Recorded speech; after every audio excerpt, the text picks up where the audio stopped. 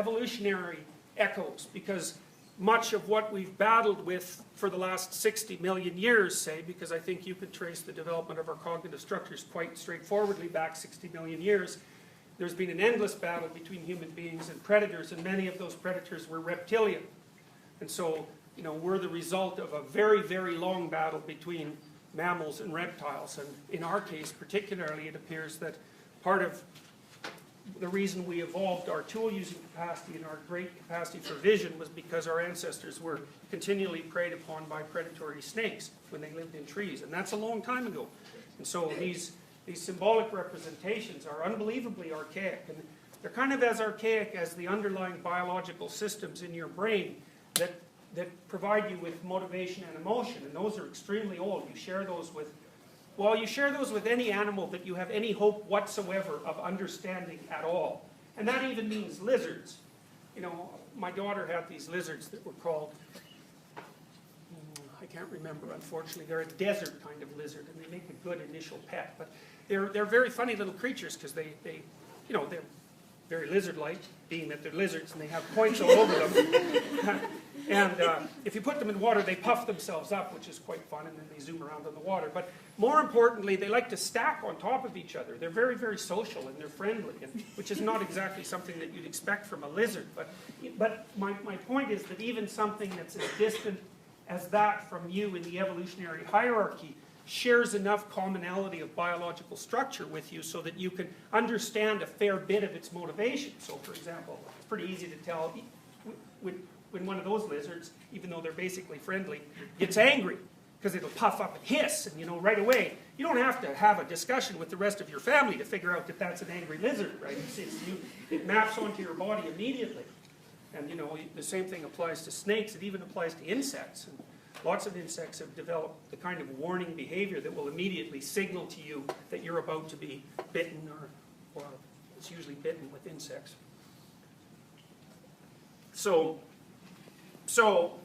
this is all to say that there are levels of understanding that are underneath, say, your normative, mundane, day-to-day comprehension that inform everything that you do with deep levels of meaning. And a lot of the activities that you pursue that you might regard as entertaining actually draw on those representations. And you find them entertaining because they're actually deeply meaningful. Now, the idea that a man can be swallowed, or a human being, because there are myths like the myth of Persephone, where the protagonist is clearly female, where there's an underground journey and then a re-emergence. And that's the journey to the Underworld. That's the journey that Harry Potter undertakes continually, by the way, throughout the Potter series. The Underworld taking different forms as the series progresses.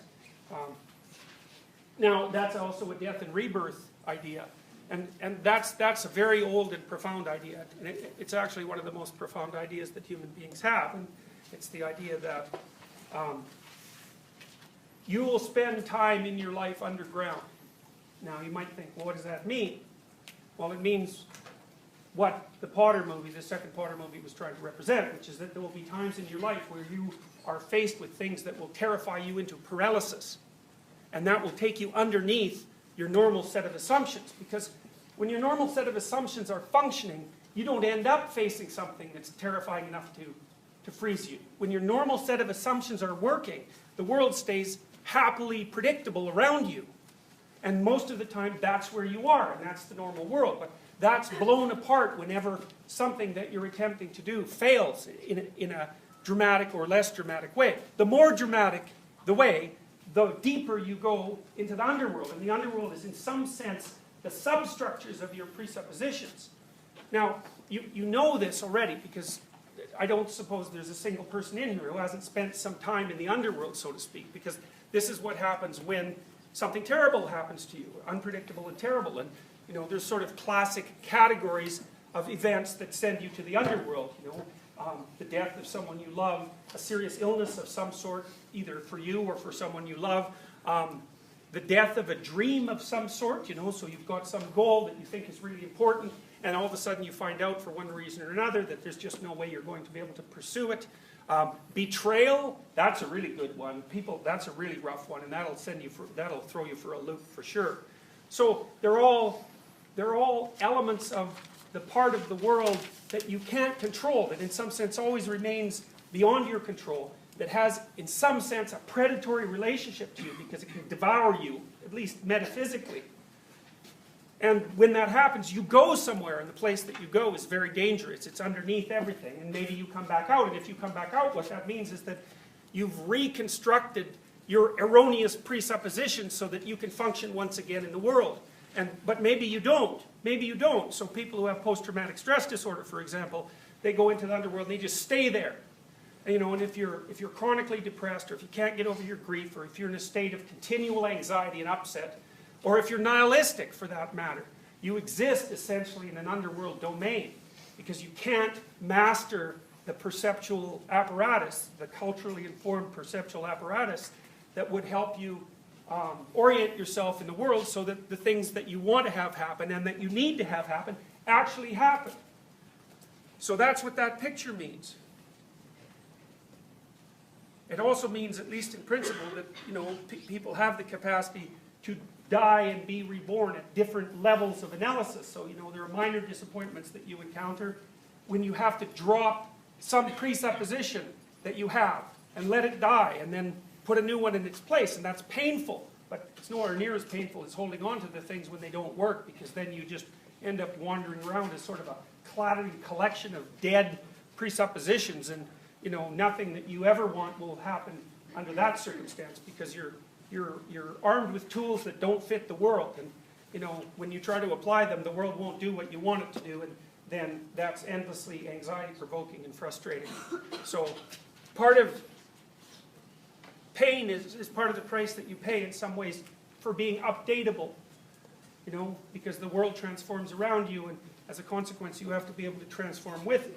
Otherwise it runs ahead of you and you get left behind, and that happens to people to some degree anyways as they age. That's actually one of the evolutionary explanations for why people die, because it's a mystery, right? There are elements of you that are immortal. The cells that give rise to you are immortal. They're, the DNA that produced you is at least 3.5 billion years old. It might be older than that. So structures can maintain themselves over unbelievably vast expanses of time.